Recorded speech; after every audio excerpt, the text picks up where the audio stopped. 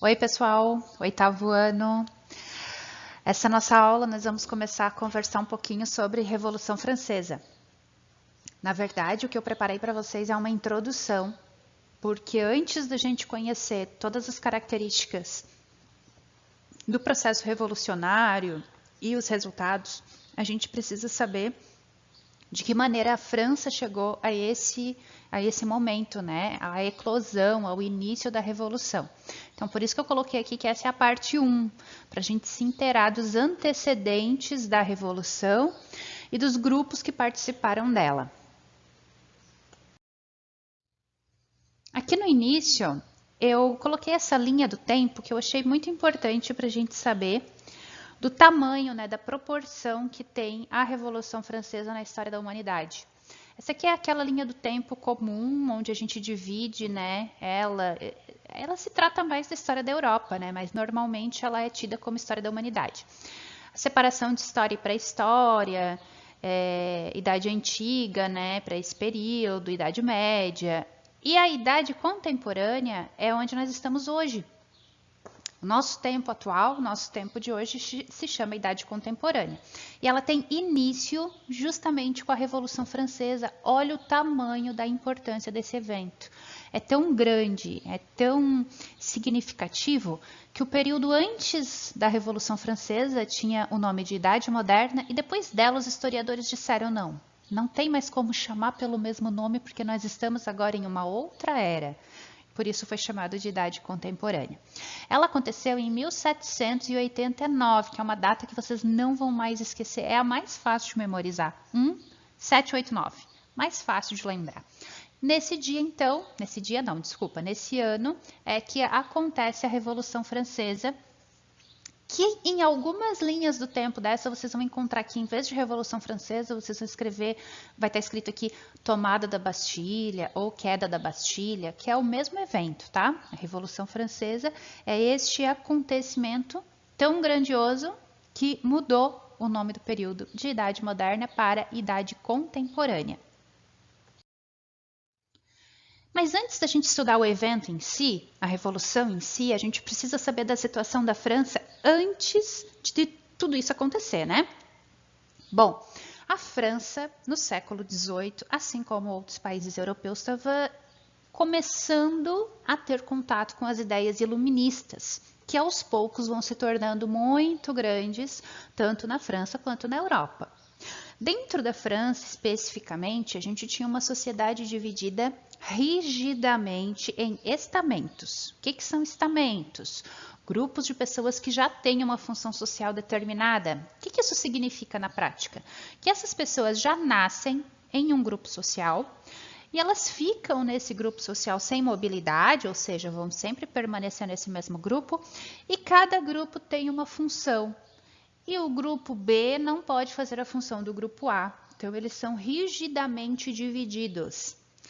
Na França, a gente tinha 3 estamentos, 3 grupos fáceis da gente lembrar. A França era dividida em estados. Esses grupos eram chamados de estados. Então, a gente tem o primeiro estado, clero, segundo estado, nobres, e terceiro estado, restante da população, a população em geral. Já já a gente vai ver quem faz parte de cada um desses e qual a função que eles têm. Aqui nós temos, então, a França antes da Revolução e uma representação da sua pirâmide social, né? Composta por uns números aqui que é importante a gente estar atento. 0,5% dessa população era formada pelo clero, membros da igreja, né? 1,5% nobres e 98%, ou seja, uma maioria esmagadora de pessoas compunham então o terceiro estado. Bom, primeiro e segundo estado possuíam terras, cargos de prestígio, sejam eles religiosos ou políticos, muitos privilégios e isenção fiscal, ou seja, não pagavam impostos. Tá tudo muito bem para eles, né? O terceiro estado, que era composto por uma infinidade de grupos sociais diferentes, porque ia desde o mais rico dos burgueses até o morador de rua, sobre eles estava o peso de todas as obrigações e de todos os impostos que sustentavam esses 2 grupos aqui em cima. Não parece uma pirâmide muito justa, né? Ainda mais quando a gente pensa que quem está aqui em cima não paga imposto e é sustentado por quem está aqui embaixo. É claro que mais cedo ou mais tarde isso aqui vai causar um desentendimento lá na França. Os grupos que compõem os estados, então, primeiro estado, nós já sabemos, clero, são os membros da Igreja Católica. Eles eram divididos em alto clero, ou seja, quem tem os cargos mais altos dentro da igreja, e o baixo clero, que eram cargos de menor prestígio. Essas pessoas estavam dispensadas do pagamento de impostos, possuíam muitas propriedades, que era significado de ser rico, né, de ter riquezas nesse período, e controlavam as instituições de ensino. Então, o clero era o primeiro estado. O segundo estado eram os nobres. Os nobres, além de não pagarem impostos e receberem os impostos do terceiro estado, eles também participavam da administração pública, então eram eles quem tomavam as grandes decisões. E o terceiro estado era a população em geral. Quem são essas pessoas? A maioria absoluta do povo francês, grandes burgueses que enriqueceram, burgueses não tão ricos, pequenos comerciantes, artesãos, trabalhadores rurais, trabalhadores urbanos, construtores, pescadores, agricultores, enfim, gente, todo o restante da população que não fazia parte da igreja e não tinha um título de nobreza se encaixava no terceiro estado. Sobre essa camada estava o peso do pagamento de todos os impostos e manutenção de todos os gastos do estado. Quando a gente fala dos gastos do estado, a gente não está falando só dos trajes muito lindos e dos jantares, dos banquetes. A gente está falando da construção de obras públicas, do pagamento de salários, da manutenção do exército. Tudo isso, então, era responsabilidade do terceiro estado e dos impostos que eles pagavam. E para começar a revolução, a gente já está vendo que a desigualdade social é um problema. Além disso, haviam regras sociais rígidas na França nesse momento. Eu coloquei 2 textinhos aqui que depois, se vocês quiserem, vocês podem pausar o vídeo para dar uma lidinha melhor neles. Mas as regras sociais rígidas, basicamente, eram tipos de comportamento específicos que você precisa ter se você é do terceiro estado. Porque estando no terceiro estado, isso não lhe dá direito de fazer certas coisas que você faria se fosse um nobre. Um exemplo que tem aqui. Haviam algumas proibições em relação ao terceiro estado. Um homem muito rico do terceiro estado que casou com uma nobre que já estava falida, com a família em decadência, ele não tinha direito de se sentar na mesa junto com a família dela, porque sentar-se na mesa de jantar era um lugar apenas para os nobres ou para os membros do primeiro estado. Ele, como membro do terceiro estado, embora fosse o dono da casa e o dono da riqueza, tinha que sentar na cozinha junto com os empregados, ele não podia se sentar junto com a família. Teve uma vez que eu citei aqui no texto também que houve um surto de coelhos na França que estavam destruindo as plantações. Os camponeses, mesmo que a sua plantação estivesse sendo destruída, não tinham autorização, podiam ser presos caso se soubesse que eles mataram os coelhos, porque a caça era uma atividade da elite e destinada apenas aos membros do segundo estado, né, aos nobres. Para a gente ver como havia esse distanciamento social que não estava só relacionado ao seu poder aquisitivo, ao seu dinheiro, mas a certas coisas que você não poderia fazer porque a sua classe não permitia, né? Regras sociais. Também teve a crise financeira, que foi o estopim, né? O que estava faltando para a Revolução começar. Em 1785, o Estado francês começa a entrar num processo muito grande de endividamento. Isso se dá principalmente pela participação fracassada deles em algumas guerras, em algumas investidas militares. De qualquer maneira, a arrecadação, ou seja, o que eles recebiam de impostos, estava sendo muito menor, insuficiente para cobrir os gastos que eles tiveram com guerras e os gastos do luxo em que viviam o primeiro e segundo estado. O rei teve uma ideia muito genial para resolver esse problema da crise financeira. Ele achou que seria bom criar novos impostos que iam ser pagos pelo terceiro estado, que naquele momento já estava super sobrecarregado de pagar impostos. O rei cogitou também, pensou, né, teve um devaneio de que talvez o primeiro e o segundo estado pudessem pagar impostos, parar de viver às custas do terceiro estado. Essa ideia não foi nem um pouco bem recebida pela igreja e pelos nobres. Eles disseram, não, que ideia é essa? A gente pagar imposto? Claro que não. E o rei ficou numa situação difícil, né, num governo endividado, numa crise financeira e precisando achar uma solução para isso sem saber como tratar. O rei teve uma ideia. Ele nomeou como ministro de Finanças um economista chamado Necker. Esse economista, olhem bem a data, 1789, já chegamos na data da Revolução, só que ela ainda não aconteceu.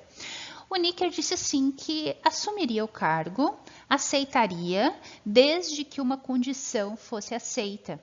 A convocação dos Estados Gerais. O que eram os Estados Gerais? Os Estados Gerais era uma assembleia formada por representantes do primeiro, segundo e terceiro estado. Aqui é uma imagem que representa uma reunião dessa assembleia. Primeiro, segundo e terceiro estado tem representantes e aí eles podem votar e decidir se querem ou não querem novos impostos e de que maneira eles podem resolver a crise financeira. O intuito do Necker, ao chamar os Estados Gerais, era que ele tivesse apoio para as suas decisões. E a ideia dele estava ótima. Realmente é muito mais fácil apoiar alguém que tomou uma decisão quando eu ajudei ele a tomar aquela decisão. Então ele disse, tragam os representantes do clero, da nobreza e do terceiro estado e nós vamos votar sobre esses impostos. E aí aqui tem um número bem importante. 50,75, ou seja, a maioria dos componentes dos Estados Gerais eram do terceiro estado.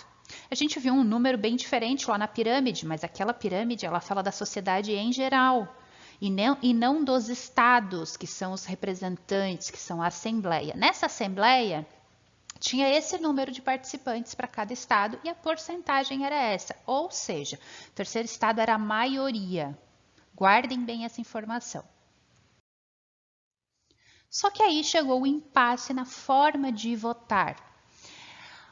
Por quê? Porque a maneira de ser votado nos Estados Gerais funcionava desde sempre assim, O primeiro estado dava um voto, o segundo estado dava um voto e o terceiro estado dava um voto.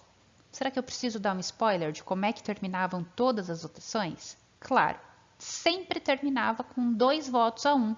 O voto do primeiro e do segundo estado, e depois o voto do terceiro estado, que era sempre voto vencido. E eles não chegam num acordo sobre isso, porque o terceiro estado passa a exigir que os votos sejam por pessoa. Assim, eles eram a maioria e poderiam ganhar. O primeiro e segundo estado não aceitam isso e o rei, então, ordena que a assembleia fosse dissolvida. Ele diz assim, peguem tudo que vocês trouxeram, vão embora porque vocês não conseguem chegar num acordo nem sobre a forma de votar. Então, pode deixar que eu decido tudo isso sozinho. E mandou todo mundo embora. O primeiro estado disse, beleza. O segundo estado disse, fechou. O terceiro estado disse, o quê? A gente não vai sair daqui. A gente só sai daqui quando a gente tiver uma Constituição para a França. Olha só como eles são afrontosos. Eles disseram que tu chamou a gente aqui e agora a gente não sai enquanto a gente não tiver uma mudança de fato. E eles queriam uma nova Constituição, o que para o rei era muito perigoso, porque podia limitar os poderes do rei. O terceiro estado disse, nós estamos em Assembleia Geral e vamos escrever uma Constituição para a França. Imagina na época que babado que foi isso, né? Bom, nas ruas a população estava acompanhando aqueles acontecimentos de dentro do palácio com muita esperança. A ideia deles era que aquela assembleia com certeza conseguiria fazer com que houvessem mudanças significativas na França e na vida deles, na vida do terceiro estado. Eles achavam que o que estava acontecendo lá dentro realmente seria muito positivo para eles. Só que vai chegar um boato nas ruas de que o rei Luís XVI estava ameaçando prender os membros do terceiro estado que se recusavam a sair.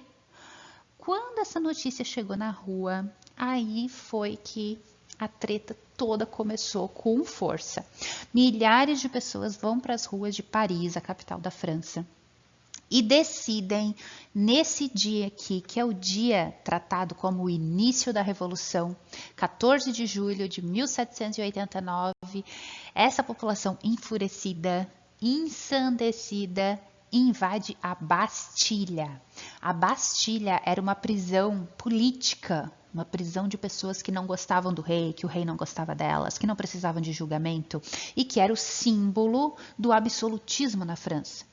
Essa população doida entra na Bastilha, solta todas as pessoas que estão presas lá, pegam as armas e vão para a rua. E a partir daí é só pé na porta e soco na cara. Começa a Revolução Francesa assim. Essa nossa primeira aula é para a gente chegar até aqui e ficar querendo saber o que aconteceu depois, gente. Quando esse povo foi para a rua, o que aconteceu? Vamos saber daqui a pouco nas próximas aulas. Não quero que fique um assunto muito cansativo para a gente, ok? Espero que vocês tenham conseguido entender essas coisas que levaram à Revolução na França e até a próxima aula. Beijo para vocês!